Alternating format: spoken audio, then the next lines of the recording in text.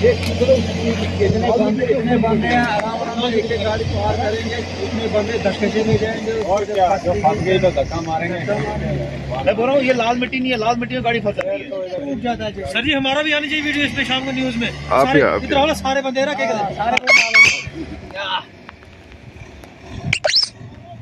अगर आप कुछ पूछना चाहते हैं हम वो भी बताएंगे। यहाँ टाइल क्या डालना है सर, यहाँ पे कम से कम कोई लोकल ऑपरेटर यहाँ पे होना चाहिए। इनको क्या पता क्या है क्या नहीं है।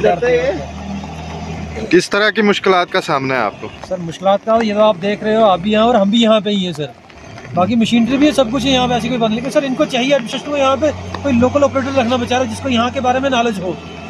ये बेचारे बाहर के, इनको पता ही नहीं ऑपरेटर को क्या है क्या नहीं है सर। इसमें कुछ है नहीं, गेट्स ही नहीं सर इनको। आपको कितना टाइम हो यहाँ रुके? हमें 3 से 4 घंटे सर हमें यहाँ पे खड़े हो गए सर।